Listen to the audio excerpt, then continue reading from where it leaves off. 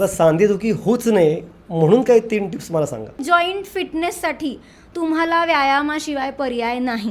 Stretching exercises, strengthening exercises हेच तुम्हाला longer रनमध्ये physically active ठेवणार आहेत, त्यामुळे त्याला पर्याय नाही. बरोबर. दुसरी गोष्ट आजकाल आपण जे विसरतो, आपल्याकडे एक मोठी पिढी व्यायाम करताना दिसते, पण त्याच्यानंतर कारण हे फंक्शनल युनिट्स आहेत, जसं एखादं दार अडकलं तर त्याला वंगण टाकावं लागतं, तसं आपल्या जॉईंट्सना वंगणाची फार गरज असते. वंगण म्हणजे काही खूप लोकांना कळणार नाही, बेसिकली आपल्याला तिथे ओलिएशन करण्याची गरज असते.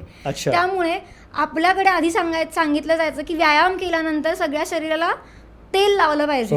त्यामुळे तो पण एक खूप महत्त्वाचा भाग आहे. आता आपल्याकडे तेल फक्त दिवाळीला उठण्याबरोबर लावतो तेवढंच लावतो, पण सगळ्यांनी ॲटलिस्ट, मला मान्य सगळ्यांची हेक्टिक लाईफस्टाईल आहे, पण ॲटलिस्ट जे आपले वेट बेअरिंग जॉईंट्स आहेत, गुडघे आहेत, कंबर आहेत, आपली टाच आहे, मान आहे, अशा जॉईंट्सना आंघोळीआधी जर 5-10 मिनटं तेल लावलं आणि त्याच्यानंतर गरम पाण्याने आंघोळ केलीत तर त्यांनी त्याची मूवमेंट चांगली व्हायला, तिथलं ब्लड सर्क्युलेशन वाढून पुन्हा तिथे त्रास लवकर होत नाहीत.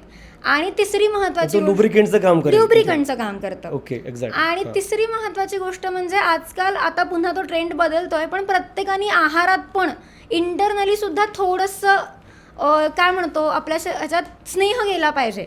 त्याच्यासाठी सगळ्यात चांगलं म्हणजे तूप. दिवसभरातनं ॲटलिस्ट तुमच्या आहारात 1-2 चमचा गाईचं तूप असणं हे नक्की इम्पॉर्टंट आहे, कारण इंटरनली सुद्धा बॉडीला ल्युब्रिकंट असण्याची किंवा देण्याची गरज असते.